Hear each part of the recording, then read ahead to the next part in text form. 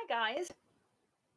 Thought I'd start by wearing the ears for the beginning of this live chat because there is going to be some Disney talk in here, though probably needs to, I don't know. These are the 2020 ears.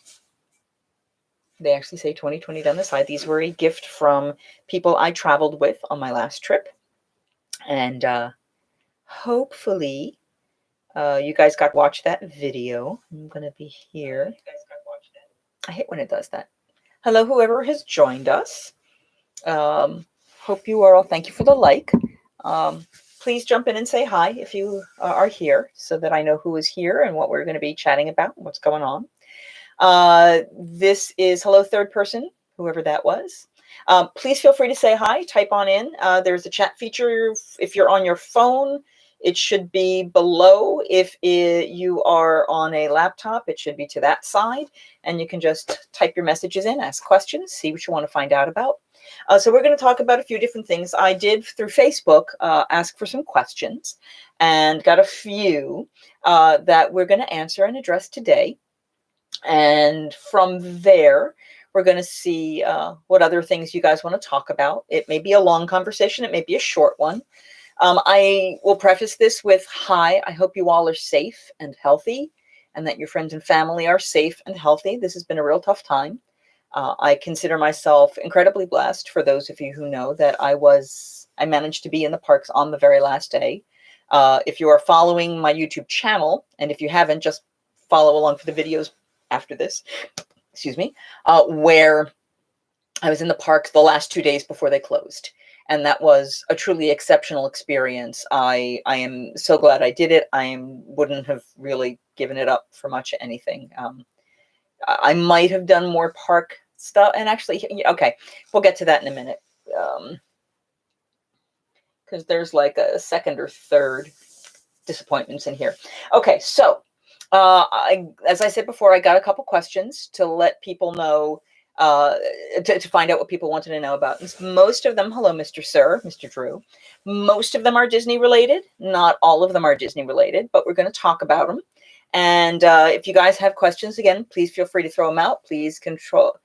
Oh, no problem. Okay, that's no problem for reloading. And I'm glad you're here and working all out together. So the first question that I received, which actually was from Mr. Drew, was what was my favorite character meet and greet, or what is my favorite character meet and greet?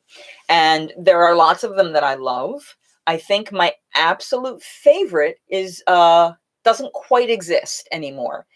There was a version of it, which actually you got to participate in. Oh, I only own 2 pairs of ears. So these were the gift from Darcy and team that I wore New Year's Eve when it turned 2020. And the other pair that I had purchased myself was at the Character Warehouse, and they cost me a whopping $8 instead of $28. And they were from the prior year's Flower and Garden, which were the pink flowery ones. So I went from owning absolutely no ears and being adamant about absolutely having no ears to owning 2 pairs. One as a gift, one that I purchased myself. Woohoo. Favorite character meet and greet. Out of all of the ones I have done, my favorite characters to meet, and I say characters because they used to be a duo, were Joy and Sadness from Inside Out. They are, because they have an emotional line to them, and because they're supposed to be in everybody's head anyway, they are very easy to hear or to interact with. You know, the Joy is going to be very happy, and everything that you say is going to make her happy, and she's going to be all positive. And you know that Sadness is going to be very quiet and very sad, and maybe a little hopeful, but generally sad. So it's like working with a clown.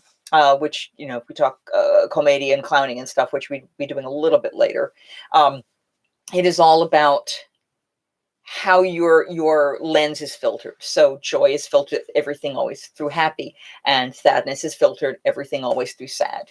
And that to me is great joy just on its own. So I love playing with them, and especially because there are other emotions, you as a person, when you're posing in the pictures, automatically have an immediate in. Now, out of all the times that I have met them, I love meeting Joy and Sadness together, which I did get to do with Mr. Drew. But I think, hello, whoever's joined us, please jump in and say hi. The water's fine. I think for me, the best time in that particular meet and greet area was when we met just Joy. And that was this Christmas when I got to meet them with 3 other people plus myself. Now, if you've watched Inside Out, you know that there are 5 emotions: joy, sadness, anger, disgust, and fear. Now, we expected that there would be joy and sadness, and then we would be the other 3 emotions and Reagan, the kid. But because of the way they were changing stuff, oh no, we'll do the fairy stuff in a minute. I'll talk about her because I do love her. But so when we met them, we walked in and it was just Joy. So I said, okay, instead of being Reagan, I'll just be the extra emotion. And because of the way we had parsed it out, Darcy was anger, which she was all into, and it was hysterical. Lizzie became fear, which, being short with her arms up in the picture, was perfect. Sorry, ears. Glenn made the choice because of the way they were sussing things out before. Hello, Mr. Mr. Joe. What are we saying? I am in and out and doing a big cleaning project. Oh, okay. Ooh, lunch, kids, lunch. Yay. So we're talking about my favorite meet and greet in the park. So yeah, just welcome to In and Out as you need and listen on as you want. Glenn decided that because we expected sadness to be there, that he would just become disgust, which Mindy Kaling, God bless her, for Glenn, the big, tall, 6-foot-something guy was hysterical, made me very happy. And then when we got to the switch, I said, do you want to be sadness or would you like to stay as disgust? And he made the choice to stay as disgust, and it was funny. And then I got to be sadness. And when I made the pitch to her, and if you look at all right, so if you go to the December 2019 vlogs, probably about 15 minutes in, I guess, day 5 of 15 minutes in or so, when we leave the Polynesian and we go to Epcot, the physicalization of joy from Joy at that moment when I said, this is what we would like to do in the picture, are you okay with it, was bouncing off the walls. And not only was she ecstatic, her guardian, her guide, was also ecstatic, and you could hear it in her voice. When you listen to the video, you can hear, I had to edit it out because the music was playing so loud, a lot of it, but oh my God, it was so much fun. She's teaching us how to do our poses. She was so happy. And it was Christmas and it was fun energy, and we had a rotten early morning, and it was just the magic. It is the absolute magic of Disney when you can take the everything falling apart moment and make joy out of it. Find a way to let the magic take you, to just experience. And it was amazing and it was wonderful. That is my favorite of all my meet and greets.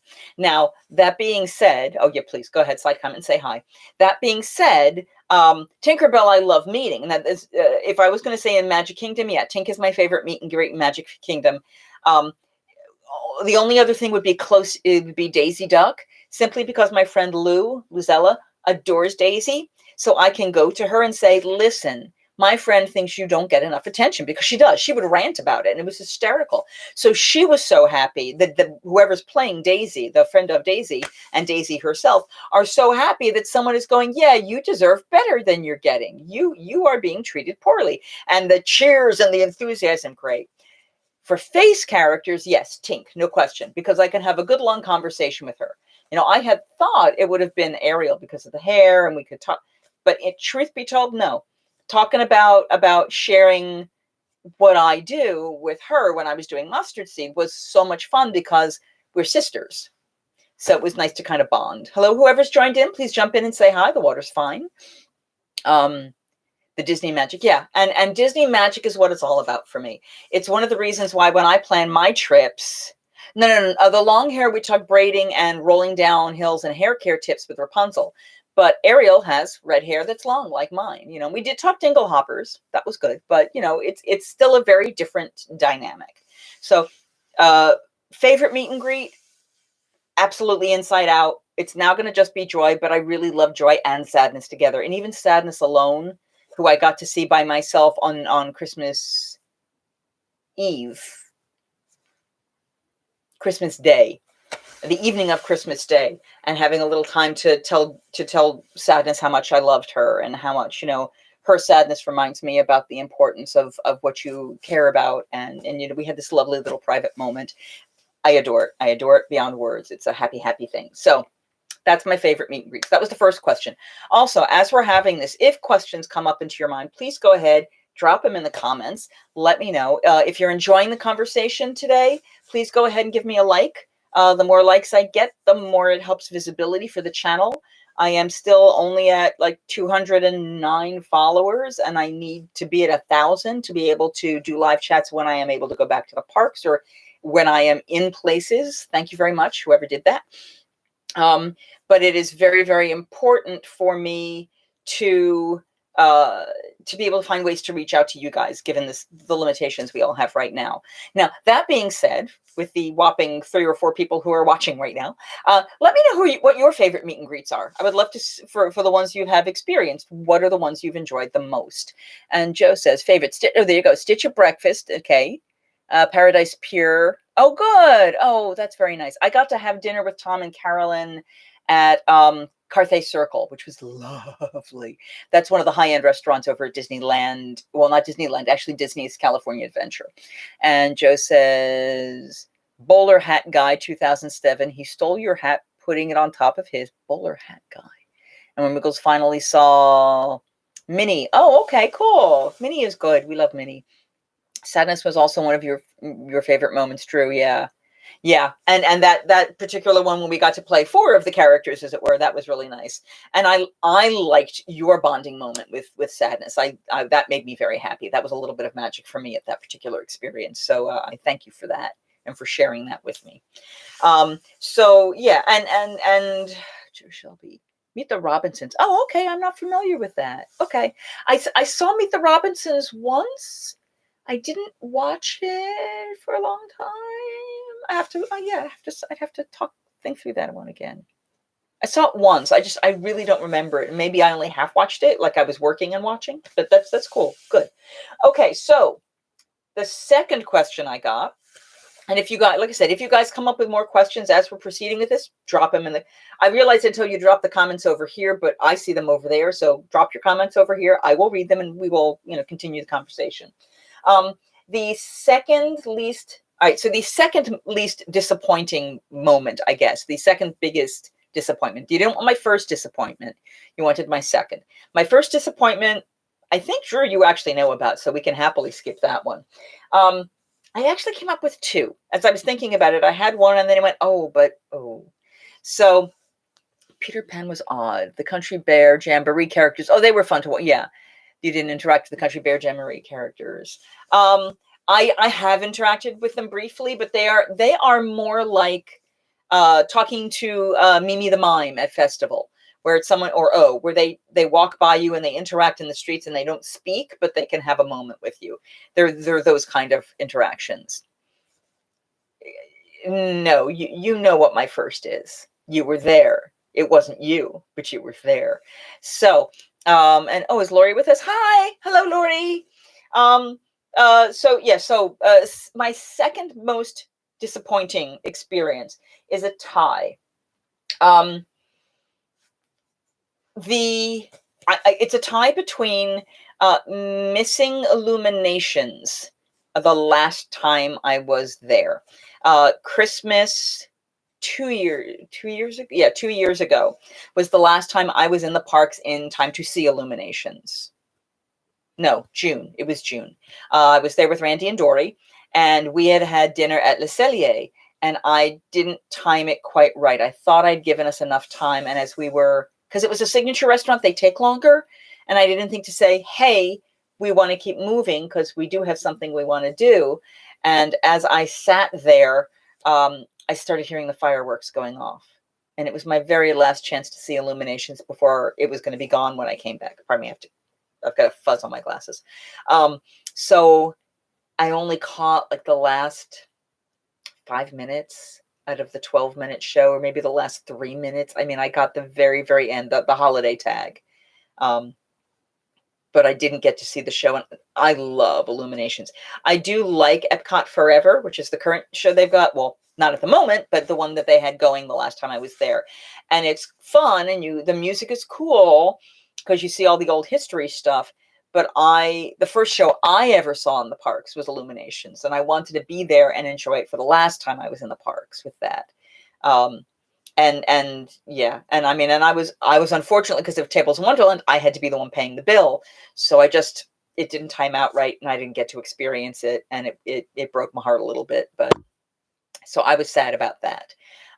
The other thing, and this is not a horrible thing, so please don't take this the wrong way. And it also wasn't, it was my fault, actually, was we didn't spend as much time in the parks on the very last day we were there, on March 15th, which is when the parks were closing. I wish I had spent more time just kind of drinking in the park experience. I very much enjoyed going to Coronado Springs and going, and what the sangria thing was cool. And I loved the information we got, and you guys will get to see that in 2 videos. But we started the morning at Magic Kingdom, which you guys have been able to see this week if you watch this week's video. And there is a wonderful jungle cruise on there, which we can talk a little. At that point, we had just found out that the DCP, which is the Disney College program, had been canceled. So all of these people who, either if they had been there, I think it's a 6-month program, and if they had been there 5.5 months, or if they had been there a week, wherever they were in their program, it was ending. And it was Saturday when we found out about that everyone had till Wednesday to move out because health issues, because everything. And it was very, very heartbreaking. Non-Disney related first world experience related to people. Yes. Joe, my only real disappointment knew before we got there, but still disappointing. Father-in-law in big physics engineer geek, but I couldn't show him Soren. Oh, the big erector set. Now, I don't know if you know, is video you can see online where they show you it and they explain to you how it works, which is kind of cool. It's also very cool if you ever do get to go back and go to Flight of Passage, to hopefully try to see if you can ask them to put you on one of the side rooms, because if you lean in, you can still sort of see the whole thing. Your entire where Soarin' just kind of goes up and stays there. Flight of Passage, your whole thing bumps up and down. It's dynamic and a little scary, but it's cool. Joe, we loved it when Legoland, when we used to, the erector set figured out. Yeah, I agree, but to me, it brought more of the non-Disney Disney experience. Right, Disney Springs, there was a lot there beyond, and that is true. And because I can get back frequently, Disney Springs, Disney parks, the resorts, I can do all of that much more frequently because of the annual pass, because I was planning on coming back at some point. In fact, the next time I was supposed to go back was going to be Disney Springs and Universal, but not in the parks. So that was my last time to see the parks. The Jungle Cruise, and you'll see the recording of most of that trip on the video. But we had a great guy. He was very dynamic. He was funny. He had good energy. And at some point in the ride, I said, so he's like, is everyone having a great day? And we all cheered. So being the person I am, I said, are you having a great day? And he went, as good as can be expected. And he went, oh. Turned off my camera and said, DCP? And he went, yeah. I went, I'm very sorry. And once I saw he was collected, turned the video back on and kept recording his shtick. Shtick. SCHTICK. Shtick.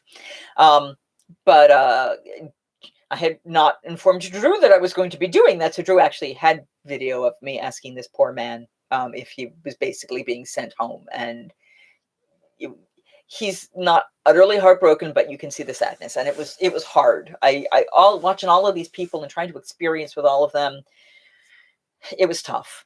And, standing in the castle and talking about the history of the mosaics and hearing the other women who were kind of training other DCP and non-DCP people about what this stuff was, and hearing the history I had gotten from tours, and drinking in just being in the hub and being in that specific part of the Disney magic. I wish I had spent a little more time sitting around the animals in Animal Kingdom. Nomad's Lounge, don't get me wrong, I'm so glad we did that and for all of the time. But I wish I had done a little more not rush out somewhere else, and just stayed in the parks till that 7 o'clock, or something near to that.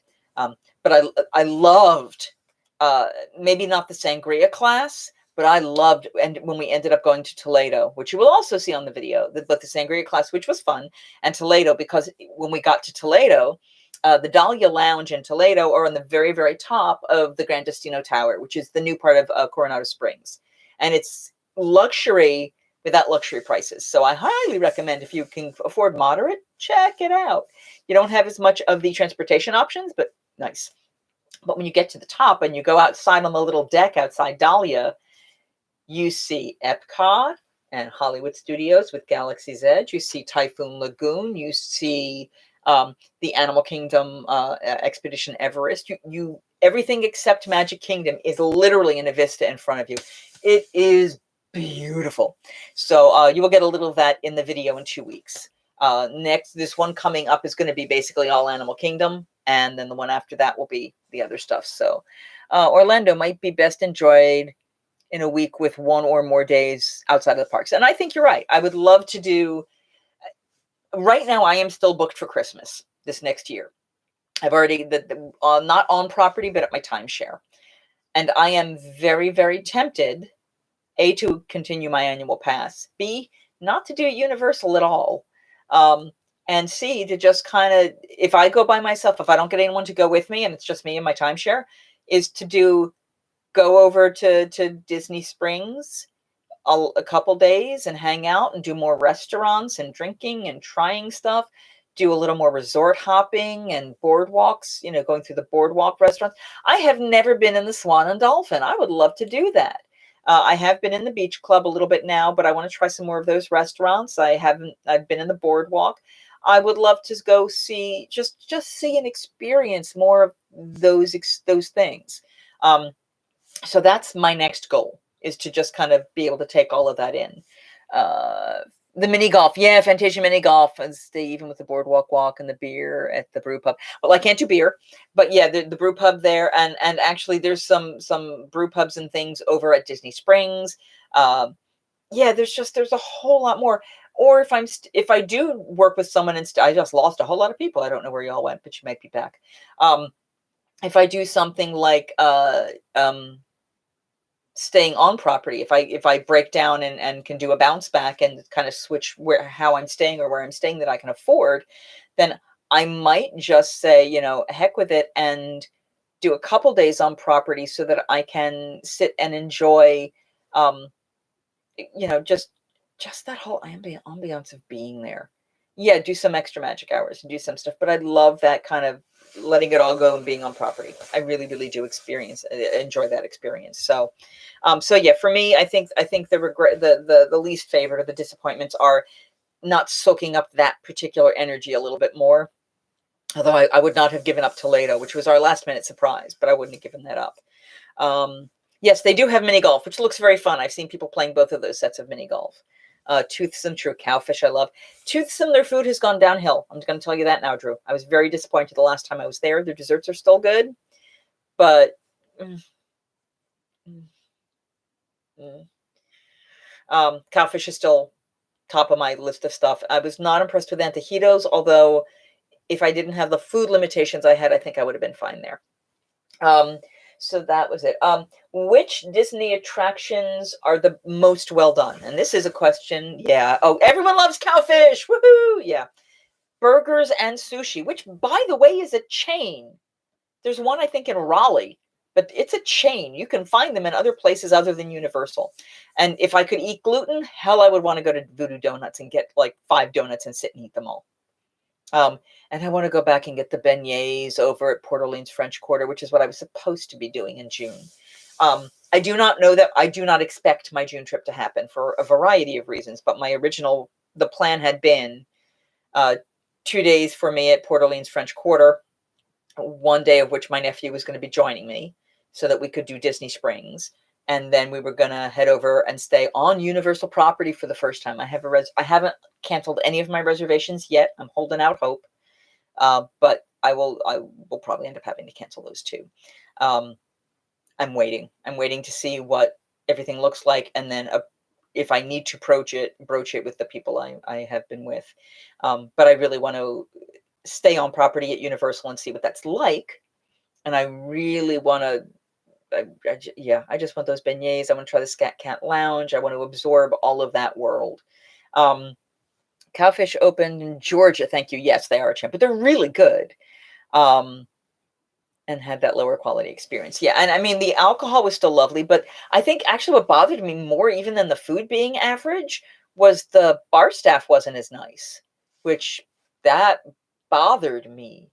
It was a different group of people than the people we had the last time, and they were a little bit, I didn't like them. I didn't. As much as I love my friend who works there, and as I love some of that, I was displeased. Loads of changes to what Disney's offering in lieu of their closings. I believe they aren't following as much as they aren't followed as much as they should be. I think Disney is doing a lot of amazing stuff. Even the entertainment that they're trying to offer now when you can't get in the parks is kind of amazing. All right, now I normally will not do this on camera, but because Lori is here, this is the brandy from the farmer's market this morning. There is a farmer's market we go to that was selling rum and brandy and a vodka, which is barley based, which is why I didn't get it, because gluten. And while the distillation process is supposed to take that out, I didn't necessarily need to bring it into the house. But so this is, it's got a great smell. It's a little too medicinal flavored for me, but it is lovely. I normally would not drink on camera, but hey, what the hell? We're in quarantine. People are not following the Disney news as much as they should be. Oh, yeah. Oh, I have been following the Disney news. Which brings me to not one of the questions here. I'll go back to that one, but a question that I was given today by someone who may or may not be able to watch this. They wanted my opinion, and I'm going to stress opinion, on what's going to be happening with the Disney parks in the next few months and how I expect they're going to be opening. My guess, stressing guess, is they will probably try to open at some point during the summer. However, it's going to be in phases.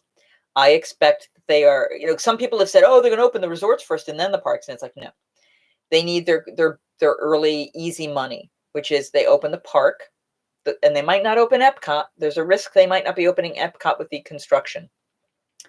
But I see them opening Magic Kingdom, Animal Kingdom, because they have to take care of the animals anyway. And there are only 2 theater events there. So I think they could make that park function pretty well. And Hollywood Studios. I think those 3, Epcot is a question mark. Just because of the construction and a lot more theatery type things. But I think they're going to open it to Florida residents and locals, annual pass holder type people, who do not have to fly in, who do not have to stay at a resort, which would require them to wash sheets and have the care of the cleaning of those hotel rooms, that they could be able to have shorter hours in the park, like say 10 to 8, and they close earlier and they do more cleaning overnight with smaller attendance and a lot more social distancing. They might require temperatures. They might require masks. I do not expect there will be face characters immediately. Well, definitely not face characters, maybe not even characters. I mean, you might have, and they're not going to, what I'm hearing is they're not going to do parades and possibly not fireworks because everyone crowds. And you can't tell people, hey, watch from anywhere, just don't crowd, because they're going to crowd. So that is my guess. Mickey Mouse, Minnie Mouse, Donald Duck, Daisy, Goofy. I am concerned that they will not do those characters because, yay, Mickey, hug, touch. Next person, hey, Mickey, touch. Mickey is now the contaminant that is going to go from person to person. I don't think they want that reputation. So I am very leery as to what their meet and greets are going to be. It might be waves and hugs at a distance where he is nearby, but not in physical content. So he's not contact. So he's not spreading. He's not risk spreading or any of them. Definitely not face characters for safety issues. That is my expectation. But I think they're going to start with locals where they don't have to worry about anything other than letting them go into the amusement park for the day and go home. They will probably open Disney Springs because it is restaurants. And as long as they can do, and at least opening it for pickups and takeout, and then limited seating with much farther spacing in the restaurant. That's my expectation. Now, my only question about that is people not wearing masks when they're sitting at their restaurants. Like when you're eating, you're not covering your face. So then what is the safety issue there? But then dishes are washed in hot water. And if you do things with a lot of gloves, then you have the potential there to be safer than in most parts. Then I think the next phase is starting to open the resorts, limited resorts, not all the resorts, ones that they can contain in whatever way is going to be deemed by the world as safest, and then eventually move on from there, and eventually expand as things become better controlled, and if we see that the numbers don't spike, because Disney does not want to be known as the place where people get sick. So what do I got here? Universal also has many golf. Yeah, cowfish. Yay, toothsome cowfish in Georgia. Yes, loved it. Yes. Some people. I'm sorry, I'm scanning through. Since parents are on the vlog, I want to share that you can get. Oh yes, the bedtime calls with Mickey Mouse. Yes, I did hear about those. If your kid is feeling the lack of Disney magic, or honestly, if you are, you can call a hotline and have one of the Fab Five wish your little one a happy good night. That's a bedtime number. And I'm going to read the number because Drew just copied it down for me. It is 8777 MICKEY, 8777 Mickey. And there's some prompts you go through, but it will give you the opportunity to have Mickey call you or wish you a good night and tell you to go to bed. And Daisy and Minnie and Goofy and Donald. I think those are the 5 they can do it. I don't, because Pluto doesn't really talk. So you've got the option for that. And that's a really nice way to keep the magic going. The recipes they've been putting online, as some of you saw on Facebook, I made beer cheese soup from the Le Cellier recipe. And that was intense. There's a chunk of it in my freezer that I may be like slowly defrosting sections of. And it might be like queso on tortilla chips, I think.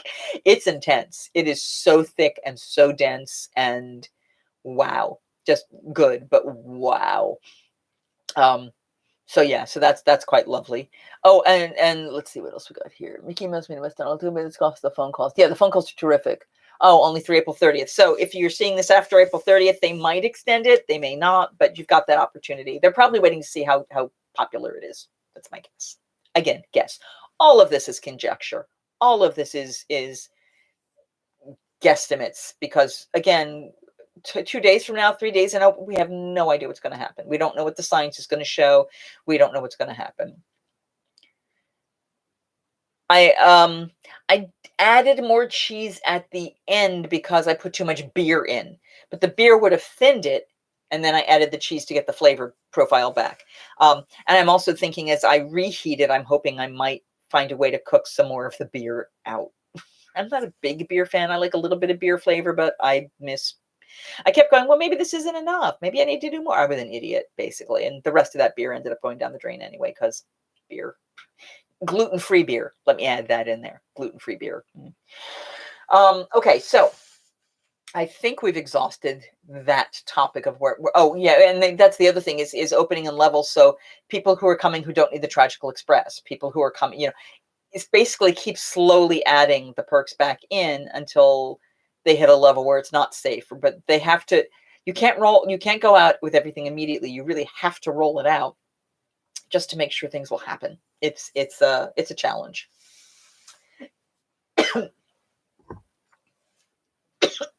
Water. Okay. Next question. Which Disney attractions are the most well done? Okay, so some of the attractions that are incredibly well done are not ones I ride because nausea and stuff, and others are ones I adore beyond words. So I got to tell you, the new rides that are opening, the technology that they are showing now is so tremendous and so impressive. If you have not seen, I mean, we were really lucky. Drew and I were really lucky that we were there for the week after Minnie and Mickey's Runaway Railway opened, because it had opened March 4th, I think, and then we got there the 14th. It literally opened a week before we got there. Exceptional. techno things. Oh, and I've watched someone else's video, Drew, and those things do roll up. They start flat and they roll up at that in the smoke. That means nothing to any of you at this point, but he'll understand what I mean. So it was impressive. It was really impressive. It's a traditional dark ride with a twist in that you started using projections in it. So you'll be in a room and then lights change and you're in a wholly different experience. They use wind and they use effects and projections to make you feel like you're in a simulator, but you're moving through the ride. So it's a very impressive technology. The Smuggler's Run. And thank you for not making me suck that time, Drew, and getting the second coaxium. I was so bad at getting any, I was just bad. So it was lovely to be able to achieve that. And I love it. It's basically a simulator plus. I get so on the edge of sick on things like Star Tours and I have to keep my eyes closed, and I can function all the way through Star Tours, which to me is wonderful. I realize that's what makes it less exciting to some other people, but I adore it. Other things particularly well done, and I cannot stress amazingly well done things without talking about Rise of the Resistance. And I will be as spoiler-free as I can. You go through 4 ride systems. The cast members, who are the people who help move the line along, are some of the most interactive and talented cast members you will find that are not formally actors and performers. They play their storyline, whether they're bad guys or good guys or in between guys. The first time you're on it, if you are not given spoilers, there are expectations with how rides move, how they function, how you go from point A to point B that get broken in this. And that to me is joy. And I love going. I've been on it 1, 2, 3, 4 times now, which is more than most people that are outside the area. I just lucked out. I did it 3 times around Christmas. I did it 1 more time with Drew. I've sat in different seats pretty much every time. Sometimes the vehicles go forward, sometimes they go backwards. So depending on what chamber you're put in, it also changes. So there's so much different stuff going on, and it's so exciting that you don't feel like you're repeating it, but you don't feel like you're repeating it. I was sad that a couple portions were broken or were having some serious issues when I went through with Drew. The spot that in the ride for me made me just jaw drop going, wasn't quite working. It was sort of after the fact, but the real dynamic moment was having these 2 particular things functioning simultaneously, and that only half of it was functioning properly was incredibly disappointing. Again, the ride itself overall was good. I kind of told them this is what it would have looked like over there if X, Y, but it definitely had something. Yeah. And Rise of the Resistance, Mickey Minnie's Runaway Railway, they are all so amazing. They are so dynamic, and they make me so incredibly happy. In terms of the other parks, Flight of Passage, even the level of standard dark ride that you would get over in Navi River Journey, which is not worth the hour wait. I will say that up front. I adore it, but it is not worth the hour wait. It's the technology that makes things that are not real seem real is quite lovely, and it's a beautiful thing. Just fascinating to watch people respond to it. If they haven't waited in line for an hour, it's quite lovely. Haunted Mansion is still wonderful. Although I will say they moved some of those animatronics in and out of that graveyard scene. The Valkyrie, the singing Valkyrie, was missing when Drew and I went through, which I don't know that he noticed. I think I said something about it, but it was not there, and that was frustrating. But there are, and the Jungle Cruise can be the most amazing ride or the worst ride. I have been on Jungle Cruise when you have this incredibly dynamic skipper, and it's the funniest darn thing, and you want to watch it over and over and over and over. And the people on the boat with you will just talk to you about it, or like, hey, I had skipper so-and-so, so did I. Oh, and it's that dynamic. And then if you have someone who's having a bad day or isn't as dynamic, it's like, why am I on this? This is stupid. This is just puns. And I'm fine with puns, but they have to be told with a certain energy and a certain joy and a certain love for that kind of badness. And that's important to make it work. Drew says, do you think the Navi River journey, it's not an adventure, is worth the VIP tour price? I mean, it's included, so it's value plus, but do you wish it? So that you do not have to waste your time standing in either of the lines, yes, I think it is worth it, because the two top tier rides in Animal Kingdom right now are technically Flights of Passage and Navi River Journey. And Flights of Passage, yeah, it's worth it. Navi River Journey, not as worth it, but I still love that ride, mostly because the other one makes me ill. And if you can walk on those rides, it is absolutely worth it for the VIP tour. Expedition Everest, I don't wait on it. I let everyone else go on it, but it's good for a VIP tour. The Safari, being able to cut that line. Any of the ones where your line is on average an hour or more is absolutely worth it for the VIP tour. In my book, that's the kind of point of a VIP tour, so that you don't have to wait. You don't have to stand there. And to help you like skip the line. And the VIP tour that we did in December, there's two types of VIP tours. So it's the type that Drew and I did, which was a group of about 20 people that are taken around by a guide, and there are specific rides you skip. And then there's the VIP tour, which I was blessed and gifted with this past Christmas. And you tell them which ones you want to jump and skip. And based on the timing, etc., you can get a lot done. And you can do 1 or 2 parks. And you choose what you want to do. Now you could choose something like, I want to go sit in Animation Academy 5 times over and pay, hundreds and hundreds of dollars an hour for your group to do that. But I would not recommend that. By the way, if you are enjoying this, if you're in and out, please remember to like and hit that little thumbs up. It does help me. Thank you. And again, conversation and questions, please feel free to type those in there as you are enjoying and doing your stuff. Okay, so the next question, which is the last official question I had here, is actually not Disney. So if you have anything Disney you want, well, we can roll back into Disney, but because the next question is not Disney,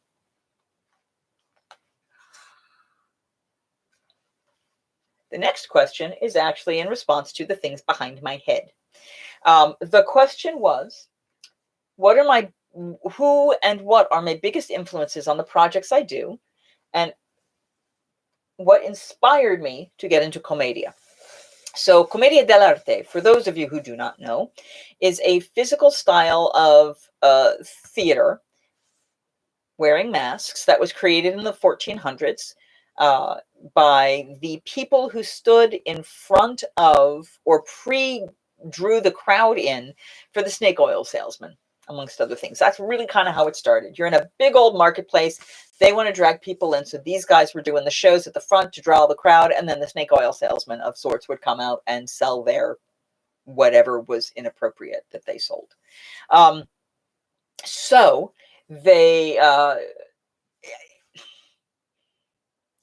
then it became its own style of theater. At one point, Molière was sharing a theater with a Commedia company. And Molière got Monday, Tuesday, Wednesday, and the theater company got Thursday, Friday, Saturday, because they were more popular. Go figure. Molière was not Molière the way he is for us now. But yeah, so my biggest influences, well, there was a play that I did a couple scenes from when I was a kid called The Company of Wayward Saints. And it is about, the premise of it is that there is a Commedia dell'arte troupe that is infighting and hates each other. They have been on the road far too long. They all hate each other. They're all upstaging each other. They're all miserable. They're not functioning together. And they decide, and they find out from Arlecchino, who is the captain of their company, the Capicamico, which is the director, and says, listen, guys, I just talked to this guy. He's out in the audience. And what he has said to us is that if we do a show based on this theme that he's given me, this theme of his choosing, and he likes it, we can all go home. We don't have to put up with each other. we can get the heck out of Dodge. And they're like, great, let's do it. I hate you. You're stupid.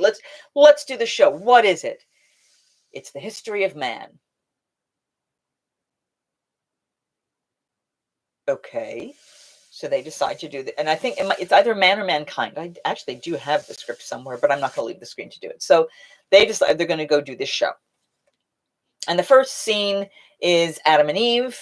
And it's the two lovers, Tristana and Isabella, and Scapino coming through as the snake, upstaging everybody and making a problem. And they end up in a huge fight and the scene falls apart. And then they do the Ides of March, and it's Colombina and Capitano and Dottore being the soothsayer, and she starts doing the great Blotzi behind Capitano, and everyone's upstaging, and they get into a huge fight. It falls apart. And then they get into, what's the third history scene? That was Pantalone, Dottore, and then Arlecchino, the lovers. There's a third, there might be Adam and Eve. I don't remember what the third one is, but basically every time they try working together, it's a mess. And literally everybody fighting. Well, when I was with the Gelosi company, and just going nuts on each other. And the first act ends with everyone just leaving. And Arlecchino going, please, guys, come on. We got it. Please, please, as everyone leaves. Act 2 begins where they're all like, okay, we want to go home. We've got to find a way to make this work. Let's try it again. So instead of doing the history of all of mankind, they try to do the history of one man. Birth, adolescence, marriage, and death. And they do 4 scenes. And it's a more realistic approach at that point. The archetypal characters of the different masks are now doing more traditional scenes. The lovers play lovers that get into a fight where she wants to... He only kisses people when he's angry at them, and she wants to get a kiss from him, so she keeps kicking him until he gets angry enough and kisses her. And it's the young love. Birth is in the middle of the frontier, where the doctor, instead of being the know-it-all, is an actual doctor who helps her have the baby, and she survives the birth, and the husband and she are kind of bonding over that. The marriage is Pantalone and Colombina playing a marriage counselor, saying, hey, this is how we do, this is how we do this, and fighting, and by the end of it, realizing that they should be getting married together. Comedy. And then Arlecchino with Capitano, and he's a great soldier, and Arlecchino is the angel of death coming to come and take him home.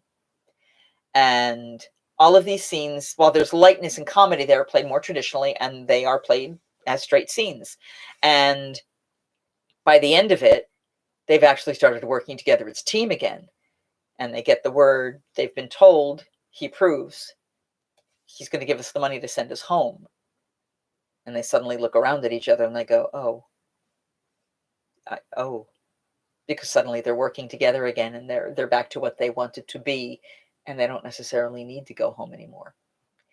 So it's a lovely, very touching, slightly allegorical show that is functioning through the world of Commedia. So as a child, I fell in love with the adolescent scene, and got to eventually play that scene. And then we had a large enough group one year in my acting classes when I was in high school that they had us do the first act, which is all the comedy scenes that fall apart. It was so... Okay, I missed a scene. The first scene was Adam and Eve. The second was Odysseus and Penelope. She's doing the great Blotzi behind Capitano. And then it's the Dottore, Calpurnia, Julius Caesar with Calpurnia, and it's the horror character. The Dottore is the soothsayer, and Pantalone, I guess, is the old man, and Capitano. Yeah, so those are the 3 scenes. It's always 3 scenes. And so I played Colombina in the first act, and that was the Great Blotzi scene where I'm spitting seeds at the back and hitting him in the head and stuff. I just became fascinated with the style of theater from that. And then when in the high school for my term paper, they have you do that really big... I don't know if you did. I was in a college prep version of stuff, and they had me do a term paper, and I did it on following the masks of Pantalone and Colombina and how they manifest. For those of you in the Ren Fair world, I'm guessing that some of you have heard my little known story that I got from another friend of how the Ren Fest has affected TV. Gilligan's Island is a perfect Commedia piece. If you've ever watched Gilligan's Island, the original series, it is less referenceable now, given life, and time.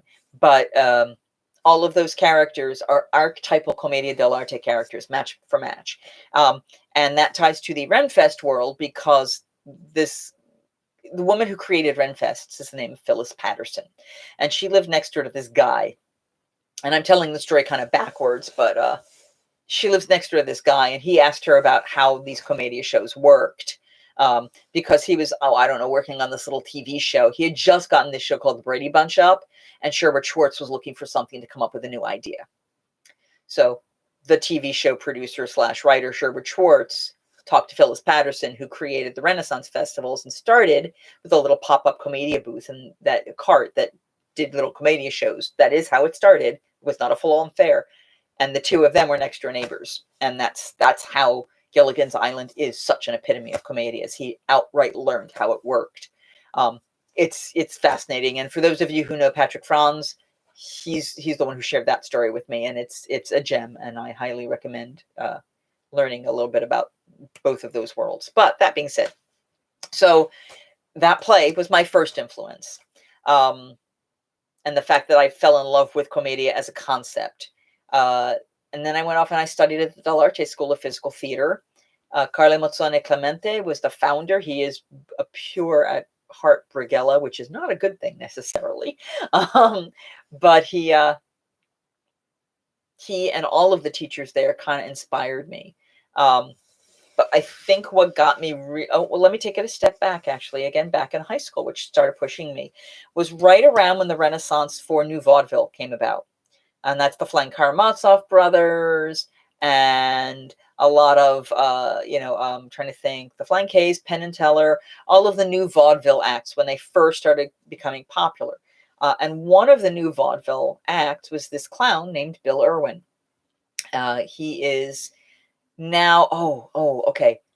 There's a sci-fi show that is oh God. The guy who played the Beast in the live action version of Beauty and the Beast is basically this super powered guy. Legion. I think it's called Legion.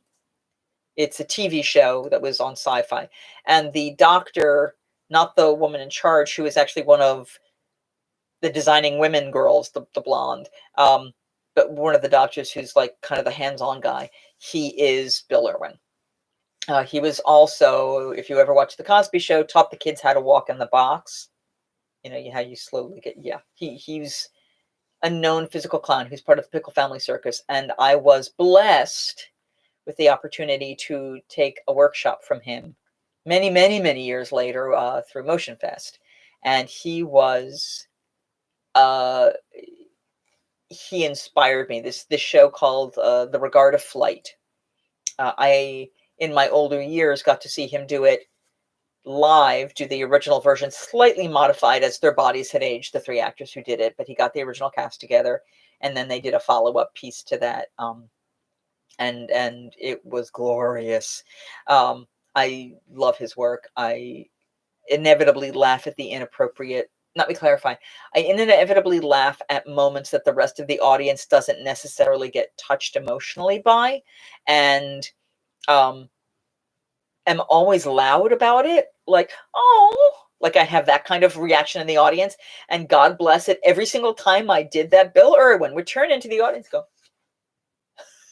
So he would hear my emotional response, and that would feed him, and he would go with it every single time. I'm like, oh my God. It was pretty funny, actually. But he was an inspiration to me in terms of clown. He is terrified of Commedia. He is absolutely terrified of Commedia. Because he did a show about Arlecchino, and he did Arlecchino for about 20 seconds. And when I asked him about it after, he's like, oh, I couldn't. And then I look at myself doing Stupina for 8 hours or 5 hours straight, and I'm like, it's evolved into a different level. That she is sort of a 24/7 entity, whereas he was looking at the stage version. So yeah, so all of that kind of stuff and everything I learned there. And we have comments. My first intro was to Shakespeare's Taming production. Yes, I have that video, Mr. Joe. Mark Singer with the San Francisco Meme Troupe. I don't know why they call it meme, but they do. It's written mime, and it is beautiful. Their Kate and Petruchio meeting scene where he's flinging her up over her head and stuff, brilliant. And yes, they do a lot of that show in mask, and it's very clever. And I might need to rewatch that. It's pretty fabulous. I think I have DVD. I don't have video. I have DVD. Excellent production. I'm not sure if that's my absolute favorite version of Taming of the Shrew. It's one of the top ones. My favorite might be a Canadian version that was done with Len Cariou. I don't know if you can find it anywhere, but it is the first time I ever saw them get the kiss in the street in Act 4 correct. And because most people get it wrong, it's 4 or 5. But that kiss on the street is actually the crux of the show to me. Everyone thinks it's the haberdashery scene, etc. But I will put my foot down on that kiss moment, and Lori and I have had that conversation as well. All right, so first it is even more. Watching it today makes me even more sense from all I've learned from you. Yeah, that you suddenly go, oh, that's what that movement is. That's what that kind of reflection of choice, of physicalization is. Drew is. I have. Is this the IMDb for the Mark Singer version? I'm guessing that's what you've placed up there. Even not in mask, they still have the hats. Yes, the hats, the hair, the movements, the stock characters. When you started Commedia in the original 1400s and 1500s, they were all in the masks. They all did the physical style. Yeah, that exactly, Lori. That moment, that kiss is the crux of the show, as far as I'm concerned. That's what turns it, and that's what makes Act 5 possible. So that being said, and actually it was Shakespeare's birthday this week, so I'm glad we're talking about this. Even not in, yeah. Oh, so originally everything was done in mask, and then this guy by the name of Carlo Goldoni decided that no, Commedia should not be in mask. Commedia should be about the characters, and you don't need the mask because it distances you. It was 1700s, and then suddenly, somewhere in the late 1600s, 1700s, the masks went away. So all of this stuff I've got back here, all of these masks, was not this. Sorry, not that side of the room. Ignore that side of the room. But this side of this is the Commedia stuff over here. This is full face character masks and personality masks, which is a whole different style of theater and performing, because it's full face. You don't have your jaw. Whereas in a Commedia mask, you can actually still have personality here. For those of you who saw the picture I put up on Facebook. And maybe I'll put it up on Instagram as well. And if you follow me on Instagram, it's the same PTP grad. I may try to tag that one up there, but it's the 3 different personalities that I play. Columbina, who's mouth closed, set personality, very, very controlled.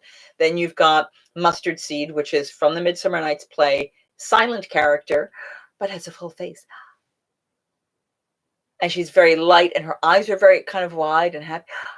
And then you get to Stupina. And Stupina's the face right there. Hello, Stupina. Ticka, ticka, ticka, ticka. But you lose all of this. All you have are her eyes and her chin. So instead of, it becomes, because that sells the same thing. Come here, baby girl. Oh, here she is.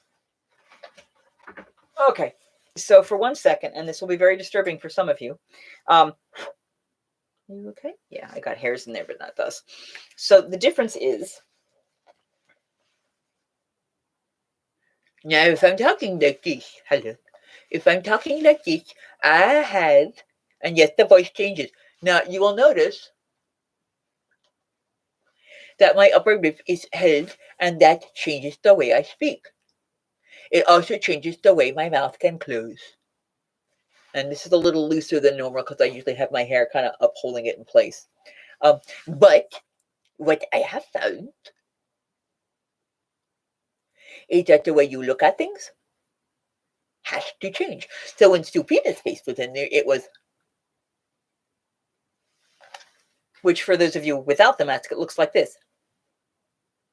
So it's the jaw jutted down and forward. It's the eyes really bugged out.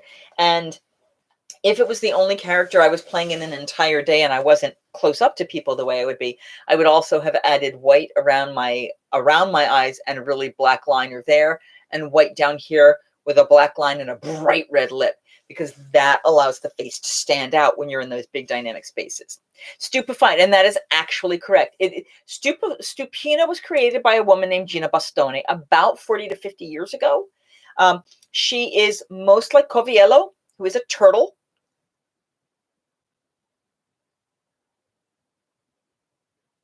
And that's moving fast. But she is stupefied, not stupid. And a lot of people are like, wow, she's a lot smarter than I expected. She's not stupid. She is amazed by everything. Everything is new. Think of it as a newborn with the full capacity to speak, which is the exact opposite of, for those of you who have ever read the Rothbard Aspirin books, the Myth series, Gleep is a baby, but with incredible intelligence. So if you ever read Myth Inc. in Action, I believe it is, where you get to hear Gleep's inner monologue. Gleep is brilliant, but all that Gleep can say is Gleep, which is very odd for a baby dragon. Gleep, which I like to say like that. It makes me happy. Gleep. So Gleep, which is how he got his name, funny that, is unbelievably brilliant. Whereas Stupina looks really stupid, but she can say really smart stuff because her mouth can move and stuff comes out. And this is what it looks like under the mask. So it actually does a lot of jaw extension, and the eyes are just wide. Everything has to be intensified for the movement. So Gleep, yeah, I love Gleep. So Bill Irwin, The Company of Wayward Saints. Who else has inspired me in terms of creating the new shows? I mean, sit down with Tom Plott one day and get ideas. The man's brilliant. The man is absolutely brilliant. He works at the Maryland Renaissance Festival. He works at Mount Vernon. And he is one of the best ideas people you'll ever meet in your life. It's exceptional, and he's been a guide of sorts to me. I usually have the rudimentary ideas of what I want to see happen, and then I sit down with him and hash it out, and he pulls out more moments. And God bless him for everything he has done to help inspire me. And truth be told, the best joke I think that I ever put in the Girly Girls show was not one that I created. One was Tom's, but the best joke that ever happened came actually from Jeff Bryant, who is not a theater person per se, but did work at the festival for a few years, which was the help sign, the Roadrunner moment. And that's another place where actually you get inspiration, is the old Merry Melodies comics, the cartoons, the Bugs Bunny and Daffy Duck, and that extreme, that kind of movement and separation and physicality is where it comes from. And Joe says, in a sense, the connection to early Big Bird, then Big Bird got too experienced and Elmo became, that when he came too smart, it lost the joy. So the good thing about doing like Stupina is she has her smart moments, but then she comes back to the sense of playing. She literally scratches her butt in public, and I get paid for that. But I see the world through eyes that no one else will see them, or I understand things differently. Like the very simplest is when you walk into the festival, if Stupina is standing up on the gate, when I'm not holding the free hug sign, which I will probably not be doing this year, actually. Oh, getting my head wrapped around changes. If we are doing the festival and we still don't know, and who knows, and we'll find out, and everything's wait and see, and we will know when they tell us. But in those magic moments of me not having the sign, I would usually wave goodbye to people in the beginning of the day. Goodbye, goodbye. And there would be people be like, no, it's hello. Are you standing here all day? No. You going over there? Yeah. Goodbye. There's a logic to her brain. It's just not the same logic as the rest of the world, you know. Um, and at the end of the day, as people were leaving, she would say, welcome, welcome, as they're walking past her and leaving. What do you mean, welcome? Welcome to the parking lot. Welcome to the exit. Welcome. It's just a different way of saying things. All right, so we are at an hour, which actually went a lot faster than I thought it would. I thank you guys very much for joining in. Before we finish up, are there any questions you have for me based on any of the stuff we talked about or anything that you want to think about? If people are watching this after the fact, please feel free to drop your comments in below, questions, comments, anything you would like me to follow up on or any thoughts you have about this. This is the first time I've started doing some more theater conversations. So if you want more theater talk and stuff instead of just the Orlando stuff, please place that down there as well. Let me know. These chats will be based on the things I get from you. I am expecting that it will be another couple weeks before I do one of these, but I would love to get some thoughts from you. I will probably post on Facebook again and ask for additional questions, things you want to know about, things you want to ask about. And please feel free to join in. I have, what will the next show be? Seriously, this is difficult with Disney closures. It's also weird and sad right now. You mean what will my next show be? Or you mean what will the next Disney show? I'm not sure. You mean the next festival? I clarify your question a little bit because I'm not positive of what you mean by that. And if anyone else has questions, please go ahead and feel free to type them. I know there's a bit of a delay, so hopefully you'll be able to get that in there. Even a couple words might help focus me. My next show. I don't know. Contracts are not done yet, so I couldn't tell you officially. And it's going to be what they want from me. I will potentially be auditioning for the all-women's production of Richard III, which they have already talked about, if it happens. I will hopefully be, I'm assuming you're talking festival shows. Stupina, I don't know. I don't know which character she's going to use, if it's going to be Mustard Seed or Stupina. Columbina, if she's back, I assume she will be at Pub Sing. I assume that we will do her what it is to be a courtesan show, but I'll do some more research and history in there and come up with some more details. And just see where it all goes from there. So that's where we are right now. And unfortunately, I wish I could give you more details. I don't know that I'm hashing out an entire new piece at this point. Without knowing what's going to be there, I can't financially afford to be buying new props and doing new stuff, but definitely can do more research. And I'll be honest, I was joyously surprised at how well the Columbina's history show did. For those of you who are not familiar with it, at the Maryland Renaissance Festival, I play a courtesan. She was the intimate companion for people of incredible wealth way back in the Renaissance period. Kings, dukes, upper level people. And so I'm always on contract with somebody, and that's why I can't do anything with anybody else, but this is what I do. And it's a challenge. It's going to be a very interesting year. Just every time I have more conversations, and then we start talking about, well, this, and, ooh, how's that going to happen? It's interesting. But the history show of people who actually wanted to learn, especially on Sundays. My bigger crowds were always on Sunday. Very odd. But people who wanted to know about what that world was like, who wanted to ask questions, and sometimes they were afraid to ask, figured out ways around that, and then played with it. It was very cool.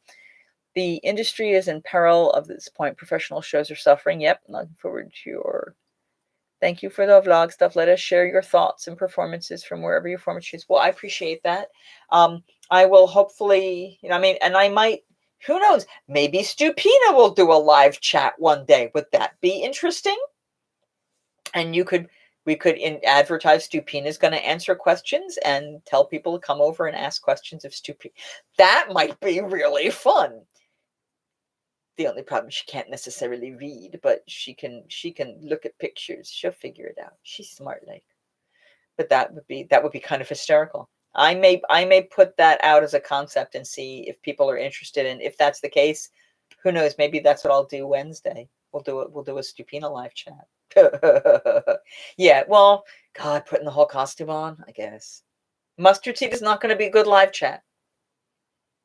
Mustard Seed is not going to be a good live chat. She cannot make. No, Mustard Seed is not going to be a good live chat.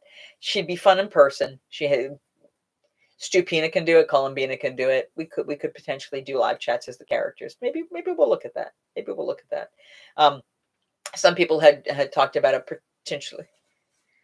Okay, all right. So we'll look at that, and I'll put the official comment out to the Renfest world and throw it through here and see if we can get more activity that way. But we're at an hour and 10 now, and I know I can chat with you guys all separately or Zoom you, because at this point now it's people who I talk to regularly. But I thank you so much for coming. Please, again, if you have not already, hit the like button before you finish up. There's a little thumb up thing. And so I think you're all subscribed. So if you're not, please feel free to do that. Again, comments down below, questions down below. Do you want to see a Stupina show? That mask you just saw, do you want me to do a live chat and answer your questions? And if you're interested in that, put the comment down below, because that's how I know. And that's where I can find out what people want to do. So thank you so much. Thank you very much. I would volunteer an edited version of a conversation. Oh, dear God. That would be kind of, we could figure a way to, yeah. I mean, I could do video recording, but I'd still have to get all the questions in advance. But we'll talk. All right, so that is it for now. I'm going to go finish my brandy and have lunch, breakfast, something. And no, this would be lunch. I had cheesy bread this morning. And talk to you all soon. Love to you all. Stay safe. Stay healthy. Lots and lots of fun. And I will talk to you all soon. I don't have a tagline.